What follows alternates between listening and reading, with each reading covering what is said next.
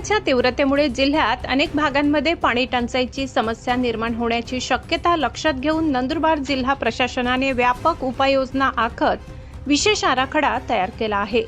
जिल्हाधिकारी कार्यालय आणि जिल्हा परिषद प्रशासन यांच्या संयुक्त सर्वेक्षणानंतर पाणी टंचाईग्रस्त भागांची ओळख पटवून आवश्यक उपाययोजनांची अंमलबजावणी सुरू करण्यात आली आहे। जिल्ह्यातील ग्रामीण व दुर्गम भागांमध्ये नागरिकांना पिण्याच्या पाण्याचा पुरेसा पुरवठा व्हावा यासाठी प्रशासनाने विविध स्तरांवर नियोजन केले आहे। विशेषतः अक्कलकुवा आणि धडगाव तालुक्यातील काही भागांमध्ये पाणी टंचाईची समस्या जाणवत असल्याने या ठिकाणी तातडीच्या उपाययोजना करण्यात आल्या आहेत। टंचाईग्रस्त 8 गाव आणि पाड्यांमध्ये सध्या 4 पाणी टँकर सुरू करण्यात आले आहेत। तसेच जिल्ह्यातील विविध भागातील एकूण 179 विंधन विहिरी अधिग्रहित करण्यात आल्या आहेत। तालुका निहाय पाहता सर्वाधिक विंधन विहिरी अक्कलकुवा तालुक्यात 90, अक्राणी तालुक्यात 83, नवापूर तालुक्यात 14 तर नंदुरबार तालुक्यात 6 विहिरी अधिग्रहित करण्यात आल्या आहेत। पाणी टंचाईची परिस्थिती अधिक गंभीर होऊ नये तसेच नागरिकांना पिण्याच्या पाण्याची कमतरता भासू नये यासाठी प्रशासन परिस्थितीवर सातत्याने लक्ष ठेवून असल्याचे सांगण्यात आले। जिल्ह्यातील नागरिकांना पाणीपुरवठा सुरळीत ठेवण्यासाठी प्रशासनाने तयार केलेला हा आराखडा आगामी काळात महत्त्वाची भूमिका बजावणार असल्याचे बोलले जात आहे।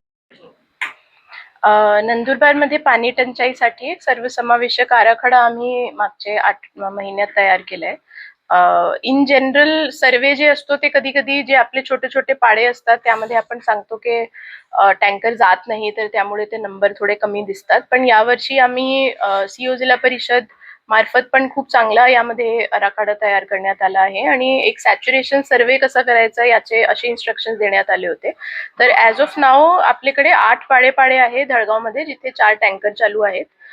179 विंधन विहिरीला मंजुरी देण्यात आली आहे। त्यापैकी सर्वात जास्त अक्कलकुवामध्ये आहे 90, अक्राणीमध्ये 84 आहेत, नवापूरमध्ये 14 आणि नंदुरबारमध्ये 6 असे विंधन विहिरीला मंजुरी देण्यात आली आहे। आणि एक नीलकमलचं एक चांगला मॉडेल आहे जे व्हीलचं मॉडेल असते, ज्यामध्ये जिथे रस्तेचा काही इश्यू आहे आणि एकदम आतमधले पाड्यामध्ये पाणी घेऊन जायचंय, तर यामध्ये पण जिल्हा परिषदेने पुढाकार घेऊन त्यांचे पेशांमधून छोटे छोटे पाड्यांसाठी ते व्हील्स पण देण्याचं नियोजन केलंय। ते पण पुढच्या आठवड्यापर्यंत त्यांच्याकडे पोहोचतील आणि कदाचित सोर्स जर थोडा लांब पण असला तर कमीत कमी त्यांना घरापर्यंत पाणी घेऊन जाणं सोपं पडेल।